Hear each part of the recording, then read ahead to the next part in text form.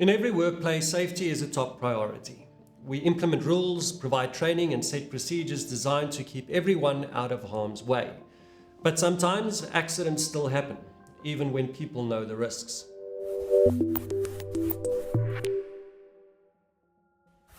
Why do we make unsafe decisions?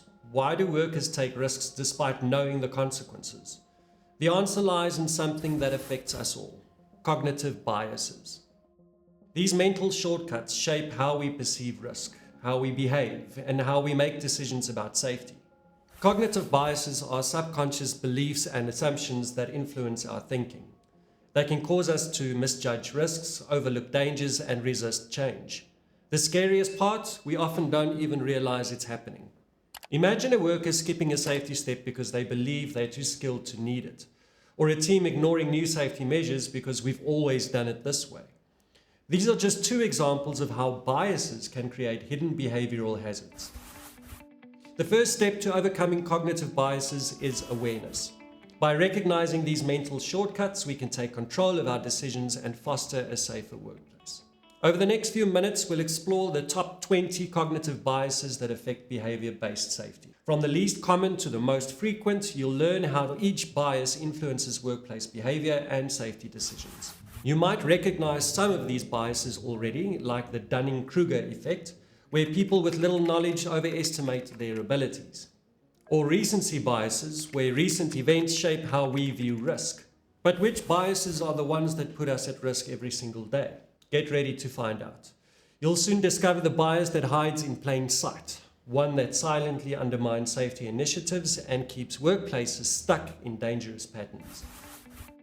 At number 20, we have the normalcy bias. Here, people underestimate the likelihood of an emergency, assuming that it won't happen to us. As an example, workers ignore fire drills because nothing serious has ever happened before.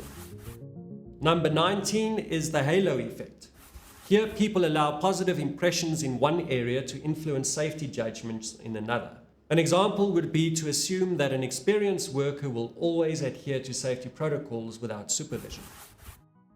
At 18, we have the recency bias. Here we place too much weight on recent events, making decisions about risk, for example, implementing stricter safety protocols immediately after an accident, only to become complacent again over time. At number 17, we have the risk compensation bias. Here people would be feeling protected by safety measures and can therefore take greater risks, like a worker becoming less cautious because he or she is wearing reinforced safety gear. Number 16 is the escalation of commitment. Here one would continue unsafe behaviors or a risky project due to prior investments in time or resources, like proceeding with a task in hazardous conditions to avoid delays despite increasing danger. Number 15 is the availability heuristic. Here one would overestimate the likelihood of events based on how easily they come to mind. For example, after hearing about a recent injury, workers assume that the same risk is more likely to affect them.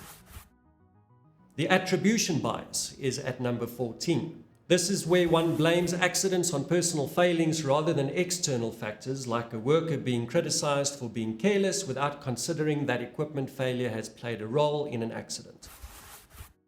At number 13 is the anchoring bias. Here one can rely too heavily on the first piece of information received, even when it's outdated. For example, one can follow a safety plan based on an old risk assessment without considering new hazards. Number 12 is the Dunning-Kruger effect. Here people with low competence overestimate their knowledge and ability, like an untrained worker who believes they can handle dangerous equipment without assistance. We then have the optimism bias at number 11. This is where one underestimates the likelihood of negative events happening to oneself. For example, a worker skips safety protocols thinking accidents only happen to others. Now for the top 10, starting with the proximity bias. Here one gives more attention to risks that are physically close or visible, while ignoring less obvious hazards, like a team focusing on slippery floors near entrances, but neglects trip hazards in storage areas. Number 9 is the framing effect. With the framing effect, decisions are influenced by how information is presented, rather than the facts themselves, like when workers are more motivated to follow safety guidelines if told that it saves lives, rather than if it's framed as avoiding fines and penalties. Then we have the bandwagon effect at number 8. Here we adopt behaviors because everyone else is doing it, which can lead to neglecting safety protocols. An example would be workers who stop wearing helmets because most others in the workplace have done the same. Now we have the illusion of control, which is at number 7. Here one would believe one has control over outcomes that are influenced by external factors, such as a supervisor assuming accidents can be fully prevented by issuing stricter safety instructions. At number 6, we have the sunk cost fallacy. This refers to continuing unsafe behaviors because of time or resources already spent. As an example, we can look at continuing a hazardous project instead of pausing to reassess safety risks because it's nearly complete. Now for the top 5, starting with group thinking. Here, group consensus would be prioritized over critical safety evaluations, leading to poor decisions. An example can be safety concerns being dismissed during a meeting because no one wants to disagree with the majority. Number 4 is the overconfidence bias. This relates to overestimating one's competence or knowledge regarding safety, which leads to shortcuts and risky behavior. For example, a worker with years of experience skips safety checks because they believe they know what they're doing. Now we have the confirmation bias at number 3. This is when someone seeks out information that confirms existing beliefs while ignoring contradictory evidence. This could be when a person believes that a machine is safe because it hasn't caused previous accidents despite new hazard reports. Then at number 2 is the hindsight bias. This is when a person believes an event was predictable after it has occurred, often leading to inaccurate risk assessments.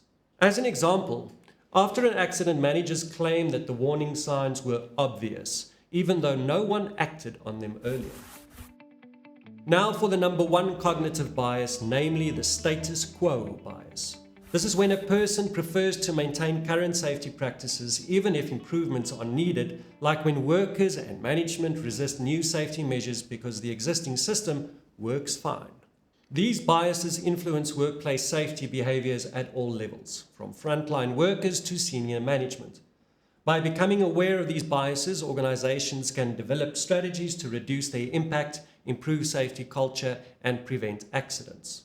Recognizing status quo biases in particular is key to overcoming resistance to change and promoting continuous improvement in health and safety practices. We hope that you enjoyed today's content, and if so, please hit the like button and share it with your colleagues. This really does help the channel. And remember, stay safe, stay inspired, and until next time, take care.